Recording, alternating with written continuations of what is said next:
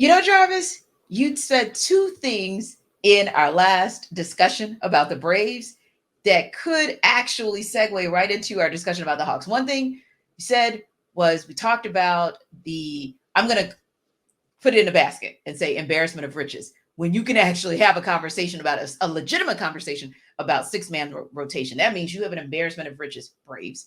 Mm-hmm. And the fact that we're confident that even if they have to go outside of the trio vying for the fifth spot to get into that full rotation, and they've got to go out and get a veteran.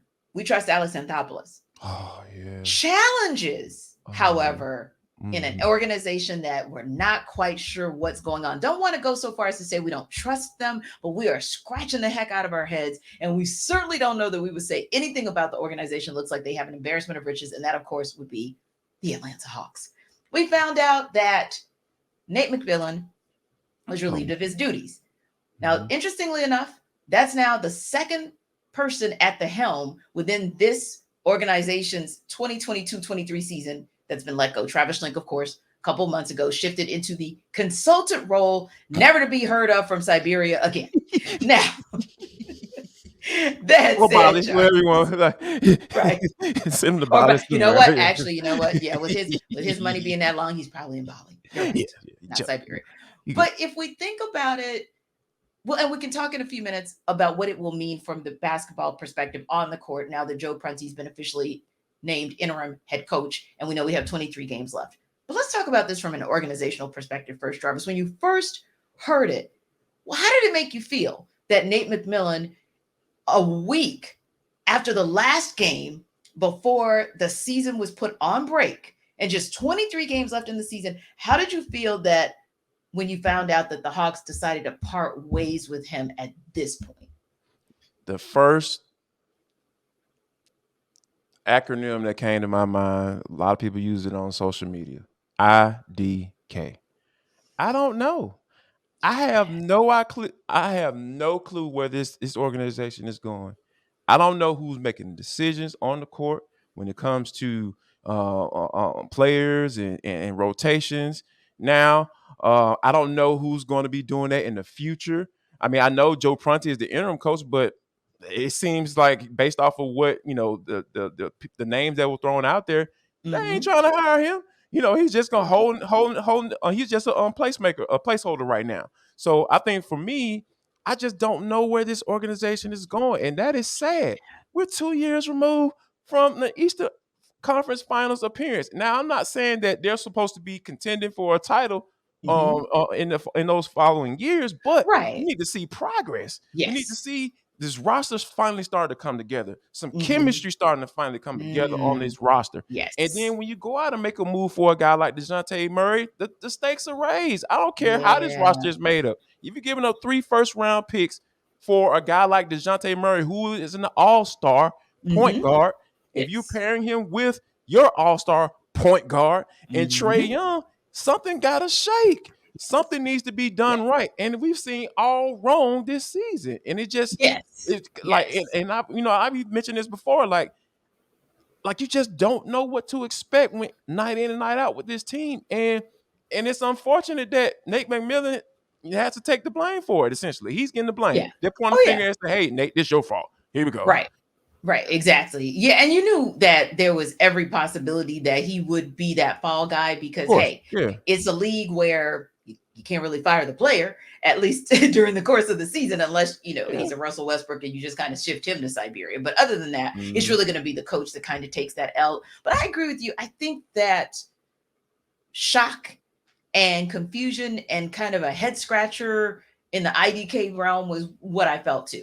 And I'm not quite sure that less than 24 hours later, I'm completely removed from that, even with the feedback that we've heard and received so far from Landry Field's press conference, right? Because we have some of our friends to the show there. Of course, our own Brad Rowland, who's a part of the Locked On network. He does, of course, Locked On Hawks. And then our girl, Lauren Williams, who's a beat reporter for the Hawks. And you and I have been watching steadily the tweets coming from there. And I can't tell you, Jarvis, that I see anything that tells me why this was done. Even saying with Landry saying, quote, the decision to move on from McMillan was not solely related to his relationship with Trae Young, but how all of the players were responding to his voice.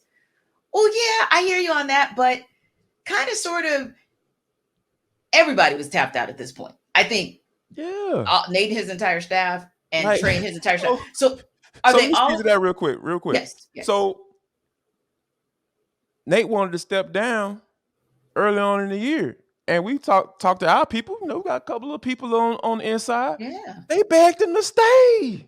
According to everything we heard. So how do we go from saying, please, baby, please, to you don't have to go home, but you got to get the hell up out of here. Your voice not being heard no more. Yeah, how do we go there? What is it? Right, and what happened? And what do we know that Joe Prunty can do? And I do know he's respected amongst the players, but what do we believe he could do? It feels like to me the organization, here's the thing, it could be twofold. And we have to preface at this point by saying most of this is speculation because we're still getting very generic kind of feedback from even the press conference with Landry Fields this morning. And reports are still trying to unravel this and figure out what in the Sam heck happened. But what it feels like to me is there was a thought to keep Nate as recent as at least a week and a half ago, right? Yeah. And all of a sudden, 266 points are given up to the last team in the Eastern Conference in the standings and to a team that is your nemesis. But no matter how good they are or bad they are, you still smoke them most of the time. They smoked you this time. Yep. And I think that 266 points within 72 hours was just too much to bear. But here's my question too, Jarvis. Okay, fine. Well, why didn't you terminate him last Wednesday? Mm-hmm. Like Wednesday night. Before the All-Star break. Yep, you could have, clean house and be done with it. So that's kind of a question that's out there on what is the organization's thought process? Like, what is the forward thinking or the rationale for doing it now? And that's what, and that kind of, go ahead. I'm sorry, go ahead. Yeah. I was just going to say, I think that that's a question that lends itself to a larger issue. Now, granted, and I'm speculating, maybe the NBA said, hey, we don't want that kind of smoke ahead of All-Star. We want the focus on All-Star weekend. You do what you do after the fact. Could be a non-decision by the Hawks, a decision by the NBA. But again, it just feels very, very odd. It's just questionable how you kind of did it, kind of thief in the night style, where all of us were looking away and it's like, wait a minute. And so that brings to question the organization that people are starting and have been questioning for a while once they found out, where Nick Ressler was in his place, what kind of went down with Travis Schlenk, where Landry Fields kind of falls into place. Does Tony Ressler, really want this team to be a contender when we heard kind of one thing about the luxury tax and then we heard a different thing? And again, these are questions that multiple people, multiple entities are putting out there to say, we're just trying to understand A, where the organization is, and B, where it's headed. Because I told a friend of mine last night who was, of course, our phones have been blown up the last 24 hours with the world trying to make it make sense. And I said to him, the uneasiness is something that we keep thinking is going away. And I took it all the way back to the old leadership team and Danny Ferry and those instances where we thought, okay, it's going away. You get rid of a Josh Smith type, you get rid of a Joe Johnson type, and you just keep doing things. But then you've got this fantastic team with Al Horford and company, and then somehow that gets blown up. You get a decent coach and a really good coach. Obviously, now he's a world champion coach. And Mike Budenholzer, he's out of here. And now we think we get Lloyd. We knew he was a stopgap, but we get Nate. We start putting players around Trae, and still the result is just not there. Whereas, like you and I said, we're not even worried that Kyle Wright is injured. We're not even concerned that Michael Soroka may be taking a step back because we trust Alex Anthopoulos in the front office. It really does, Jarvis, for me, bring up a concern about the long term of what this is going to mean to the organization. Because right now, and you can't just focus on social media. I'll say this and then I'm going to tap out because I need you to tap back in. You can't just pay all the attention to social media, but there's something to be said about even coaches low-key calling Trae Young a coach killer, and whether that reputation is going to precede him as they pursue other free agents to convince them to come here. And number two, when you start going after a Quin Snyder or an Ime Udoka or Steve Nash, those who are at least proven commodities as head coaches, what are their levels of concern going to be in coming here, and whether or not this is a next destination for them after they've been out of that space for a minute. Like, is this where they want to start the next chapter of their career? So those are some of the long-term concerns that I have about how this has played out these last 24 hours. And I think that, to kind of sum it all up, IDK. I don't know where this organization is headed, and that is a big problem. When you have max contract players on right now, and Trae Young kicking in next year, then you have DeJounte Murray, who's more than likely gonna want a max contract within a year. Are you gonna be able?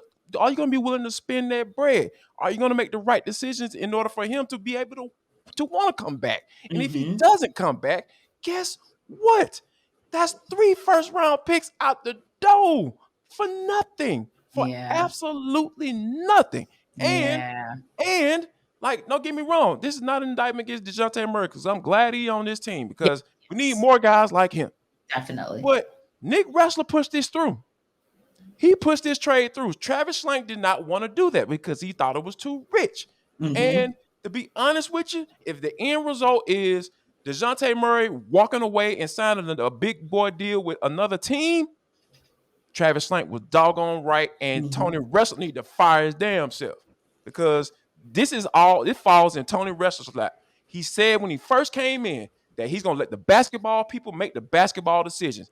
But dog it, T, it doesn't look like it. I don't think Landry Fields is making no decisions. Everything that come out of Landry Fields' mouth, to me, it sounds like air. It's pure air. He's just a puppet right now. And Tony Ressler is making all the decisions, and he got his doggone son sitting right there to the right of his throne, right there saying, yeah, daddy, let's do this. Do this, daddy. Do this, daddy.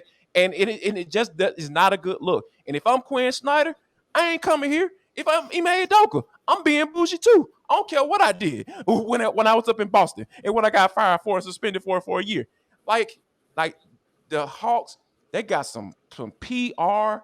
That PR person gonna have to make a lot of money.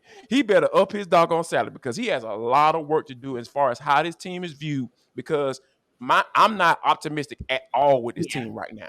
Yeah. And I think that's the overarching feeling. Like, no one is, and it's interesting because normally we'd be sitting around, if this was even the Falcons, because you know how there was still a shot. There was still a shot for forever in the season for them to make the postseason. So you never ever gave up. Once they met, it was like they said what they said. They told you this wasn't a rebuild. They told you they were going to go out there and try to win games. And then they backed it up with what they said, right? Exactly. And so we began to focus away from the front office and kind of business decisions to the ball, because they were putting the best product that they could on the football field. Same thing for the Braves. You may not have liked what went down with Freddie Freeman, but I bet you turned away from it after a while when that team started looking like they were World Series contenders again. Indeed. So that's what I think Hawks Nation is going to look for. They're going to have a laser focus. Yes, they want to see their team go about 17-6 in these last 23 games so that they can possibly get in the play-in round, because even that right now is in jeopardy. But I think a lot of fans are saying that they have a big concern about what does this mean for the bigger picture of attracting the best free agent talent possible. Of the available coaches, can you get the number one coach that everybody wants, or the number two coach? What does it mean for this franchise as a whole? Because yes, whether you thought it was a fluke or whether you thought it was a peek into the future, the bottom line is people are still looking back at that Eastern Conference Finals run and saying, what the heck has happened? And how in the heck do we get back there? Well, guess what? Anytime you get into this stressful situation, Jarvis and I always have a recommendation for you. A hug from us and your guys at Built Bar. Yes. That's the only thing we can think of. Go for a Built Bar. It may make you feel better. I know for me, it typically does, because it can eat away my sorrows. And you can do that too if you are a Hawks fan who is just tongue-tied and your stomach is in knots because you just don't know what the heck is going to go on with your team. So stop blowing up Jarvis's phone. Stop hitting me in the DMs. Go get your Built Bar and help that to make you feel okay, because we're talking about 100% real chocolate. We're talking about some really cool flavors in coconut almond and churro. We're talking about something that, yeah, if you're an online shopper, you can certainly go get that online at built.com. But you can even run up to your local Walmart or your local Sam's Club and get you some Built Bars, because it might take you through at least the first week of the rest of this regular season to kind of make it all make sense for you. So don't forget, good protein, it's soluble, so give you energy back if your energy level was down after what happened last night with McMillan. Also, not a lot of grams of fat. So if you need to just drown your sorrows, at least you're drowning them with 130 calories. Not a bad deal at all. So again, that's built.com rather to get your Built Bars, or you can get them at Walmart. And you can get them at Sam's Club, and Jarvis and I will also give you a hug virtually to take along with your Built Bar.